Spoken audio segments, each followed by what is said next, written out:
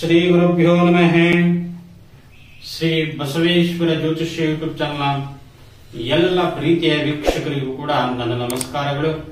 ಪ್ರೀತಿಯ ವೀಕ್ಷಕರೇ, ಆಗಸ್ಟ್ ತಿಂಗಳ ತುಲಾ ರಾಶಿಯ ಮಾಸಿಕ ಭವಿಷ್ಯವನ್ನು ನಾವು ನೋಡ್ತಾ ಇದ್ವಿ. ತುಲಾ ರಾಶಿಯವರಿಗೆ ಯಾವ ಗ್ರಹದಿಂದ ಏನೇನು ಶುಭ ಫಲಗಳನ್ನು ಕೊಡುತ್ತೆ ಅನ್ನುವಂಥದ್ದು ಮೊದಲನೇದಾಗಿ ನೋಡ್ಕೊಂಡು ಬರೋಣ. ಹಬ್ಬಗಳು ಶ್ರಾವಣ ಮಾಸದಲ್ಲಿ ಬರ್ತಾ ಇದೆ. ಈ ಶ್ರಾವಣ ಮಾಸದಲ್ಲಿ ಮೊದಲನೇದಾಗಿ ವರಮಹಾಲಕ್ಷ್ಮಿ ಹಬ್ಬ ಬರ್ತಾ ಇದೆ, ಜೊತೆಗೆ ಶ್ರಾವಣ ಶನಿವಾರ ಬರ್ತಾ ಇದೆ, ಜೊತೆಗೆ ನಾಗಪಂಚಮಿ ಬರ್ತಾ ಇದೆ, ಜೊತೆಗೆ ನಿಮಗೆ ಶ್ರೀಕೃಷ್ಣ ಜನ್ಮಾಷ್ಟಮಿ ಬರ್ತಾ ಇದೆ. ಇವೆಲ್ಲವೂ ಕೂಡ ಶ್ರಾವಣ ಮಾಸದಲ್ಲಿ ನಿಮಗೆ ಬರುವಂತಹ ಹಬ್ಬದ ದಿನಗಳು. ಶ್ರಾವಣ ಮಾಸ ಅಂತಂದ್ರೆ ನಮಗೆಲ್ಲರಿಗೂ ಕೂಡ ಹಬ್ಬದ ವಾತಾವರಣವನ್ನ ತಂದುಕೊಡುವಂತಹದ್ದು ಆಗ್ತದೆ ಅಂತ. ಈ ಗ್ರಹಗಳ ಪರಿವರ್ತನೆ ಯೋಗಗಳ ಬಗ್ಗೆ ನಾವು ನೋಡ್ಕೊಂಡು ಬರೋಣ. ಮೊದಲನೇದಾಗಿ ತುಲಾರಾಶಿಯವರಿಗೆ ಯಾವ ಗ್ರಹ ಯಾವ ಸ್ಥಿತಿಯಲ್ಲಿದೆ ಅನ್ನುವಂಥದ್ದು ನೋಡ್ಕೊಂಡು ಬರೋಣ. ಗುರು ನಿಮಗೆ ವೃಷಭ ರಾಶಿಯಲ್ಲಿ ಸ್ಥಿತನಾಗಿದ್ದಾನೆ, ರಾಹು ಮೀನ ರಾಶಿಯಲ್ಲಿ ಸ್ಥಿತರಾಗಿದ್ದಾರೆ, ಶನಿ ಕುಂಭ ರಾಶಿಯಲ್ಲಿ ಸ್ಥಿತರಾಗಿದ್ದಾರೆ, ಕುಜ ವೃಷಭ ರಾಶಿಯಲ್ಲಿ ಸ್ಥಿತರಾಗಿದ್ದಾರೆ, ಬುಧ ಸಿಂಹ ರಾಶಿಯಲ್ಲಿ ಸ್ಥಿತರಾಗಿದ್ದಾರೆ, ರವಿನೂ ಕೂಡ ಸಿಂಹ ರಾಶಿಯಲ್ಲಿ ಸ್ಥಿತರಾಗಿದ್ದಾರೆ, ಶುಕ್ರನು ಕೂಡ ಸಿಂಹ ರಾಶಿಯಲ್ಲಿ ಸ್ಥಿತರಾಗಿದ್ದಾರೆ, ಜೊತೆಗೆ ಕೇತು ನಷ್ಟಭಾವದಲ್ಲಿ ಸ್ಥಿತರಾಗಿದ್ದಾರೆ. ಶನಿ ಪಂಚಮದಲ್ಲಿ ಸ್ಥಿತನಾಗಿದ್ದಾನೆ. ನಿಮಗೆ ತುಲಾರಾಶಿಯವರಿಗೆ ಶನಿ ಪಂಚಮದಲ್ಲಿ ಸ್ಥಿತನಾಗಿರುವುದರಿಂದ ಆಹಾರ ವಿಹಾರ ವಿದ್ಯೆ ಸಂತಾನ ಜ್ಞಾನ ಅಂತ ನಾವು ಕರ್ಕೊಳ್ತೀವಿ ಪಂಚಮ ಭಾವವನ್ನ. ಆ ಪಂಚಮದಲ್ಲಿ ಶನಿ ಸ್ಥಿತನಾಗಿರುವುದರಿಂದ ವಿದ್ಯೆಗೆ ಸಂಬಂಧಪಟ್ಟಿರ್ತಕ್ಕಂಥದ್ದು ಕೂಡ ಬಹಳ ನಿಧಾನಗತಿಯಲ್ಲಿ, ನಮ್ಮ ಮಕ್ಕಳು ಈ ತಿಂಗಳಲ್ಲಿ ಓದ್ತಾ ಇಲ್ಲ ಸ್ವಾಮಿ, ನಮ್ಗೆ ಓದ್ತಾನೆ ಇಲ್ಲ ಈ ವರ್ಷ ಪೂರ್ತಿ, ಬಹಳ ನಿಧಾನಗತಿಯಲ್ಲಿ ಓದ್ತಾನೆ ನನ್ನ ಮಗ ಅಂತಂದ್ರೆ ಶನಿನೇ ಕಾರಕ. ನಿಮ್ಮ ರಾಶಿಯವರಿಗೆ ತುಲಾ ರಾಶಿಯವರಿಗೆ ಪಂಚಮದಲ್ಲಿ ಶನಿ ಇರುವುದರಿಂದ ನಿಮ್ಮ ಮಕ್ಕಳು ನಿಧಾನಗತಿಯಲ್ಲಿ ಓದುತ್ತಾರೆ. ನಿಮ್ಮ ವ್ಯವಹಾರಗಳು ಕೂಡ ಬಹಳ ನಿಧಾನಗತಿಯಲ್ಲಿ ಸಾಗುತ್ತೆ ಅಂತ ಅರ್ಥ. ಏಕೆಂತಂದ್ರೆ ಇಲ್ಲಿ ಪಂಚಮಾಧಿಪತಿಯಾಗಿರತಕ್ಕಂಥವನು ಪಂಚಮದಲ್ಲೇ ಸ್ಥಿತನಾಗಿದ್ದಾನೆ, ಶನಿ ಮಂದಕಾರಕನಾಗಿದ್ದಾನೆ. ಆದ್ರಿಂದ ಬಹಳ ನಿಧಾನಗತಿಯಲ್ಲಿ ನಿಮ್ಮ ಕೆಲಸ ಕಾರ್ಯಗಳು ಸಾಗುತ್ತೆ ಅನ್ನುವಂಥದ್ದು.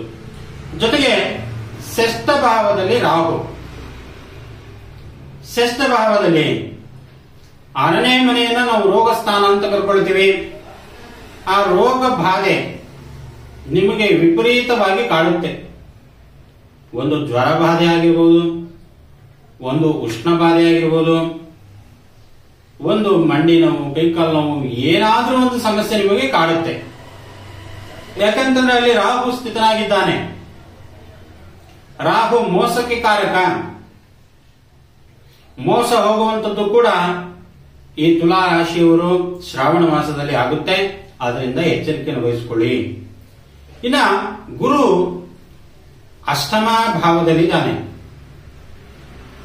ಗುರು ಅಷ್ಟಮ ಭಾವದಲ್ಲಿದ್ದಾಗ ಅಷ್ಟೊಂದು ಶುಭಕಾರಿ ಅಲ್ಲ, ನಿಮಗೆಲ್ಲ ಗೊತ್ತಿರ್ತಕ್ಕಂಥದ್ದೇ.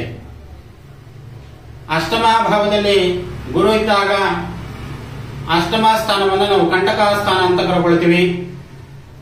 ಆ ಕಂಟಕ ಭಾವದಲ್ಲಿ ತನ್ನ ಶತ್ರುವಿನ ಮನೆ ಸ್ಥಿತನಾಗಿದ್ದ ಇರೋದ್ರಿಂದ ಅವಾಗ 50% ಅಷ್ಟೇ ನಿಮಗೆ ಫಲಗಳನ್ನು ಕೊಡ್ತಾನೆ ಹೊರತು 100% ಫಲಗಳನ್ನು ಕೊಡುವುದಿಲ್ಲ ಗುರು ಅಂತ.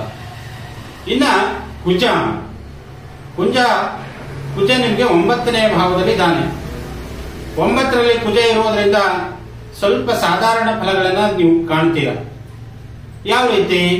ಭೂಮಿ ವಿಚಾರದಲ್ಲಾಗಿರ್ಬೋದು, ಅಥವಾ ಹಣಕಾಸಿನ ವಿಚಾರದಲ್ಲಾಗಿರ್ಬೋದು, ಮಾತಿನ ವಿಚಾರದಲ್ಲಾಗಿರ್ಬೋದು, ಕೋರ್ಟ್ ಕಚೇರಿಗಳ ವಿಚಾರದಲ್ಲಾಗಿರ್ಬೋದು, ಅಥವಾ ಮನೆಯನ್ನ ತಗೊಳ್ಳುವಂತಹ ವಿಚಾರದಲ್ಲಾಗಿರ್ಬೋದು, ಅಥವಾ ರಿಯಲ್ ಎಸ್ಟೇಟ್ ಅನ್ನ ಮಾಡುವಂತಹ ವಿಚಾರದಲ್ಲಾಗಿರ್ಬೋದು, ಅಥವಾ ವಾಹನ ಖರೀದಿ ವಿಚಾರದಲ್ಲಾಗಿರ್ಬೋದು, ವಾಹನ ಮಾರೋದು ವಿಚಾರದಲ್ಲಾಗಿರ್ಬೋದು, ಎಲ್ಲಾ ವಿಚಾರಗಳಲ್ಲೂ ಕೂಡ ನಿಮಗೆ ಸ್ವಲ್ಪ ಯಶಸ್ಸನ್ನ ನೀವು ಕಾಣ್ತೀರಾ ಅಂತ. ಇನ್ನ ಬುಧ ದಶಮ ಭಾವದಲ್ಲಿದ್ದಾನೆ. ಈ ತುಲಾ ರಾಶಿಯವರಿಗೆ, ವಿದ್ಯಾರ್ಥಿಗಳಿಗೆ ಮತ್ತು ಹೊಸದಾಗಿ ಉದ್ಯೋಗಗಳನ್ನ ಹುಡುಕ್ತಾ ಇರುವಂತವರಿಗೆ, ಉದ್ಯೋಗ ಇರುವಂತವರಿಗೆ ಪ್ರಮೋಷನ್ ಸಿಗುವಂತದ್ದಾಗುತ್ತೆ. ಹೊಸದಾಗಿ ಉದ್ಯೋಗವನ್ನ ಹುಡುಕ್ತಾ ಇರುವಂತವರಿಗೆ ಉದ್ಯೋಗ ಸಿಗುವಂತದ್ದು ಕೂಡ ಈ ಮಾಸದಲ್ಲಿ ಆಗುತ್ತೆ. ಇನ್ನ ಲಾಭದಲ್ಲಿ ರವಿ, ಬುಧ, ಶುಕ್ರ ಇದ್ದಾರೆ.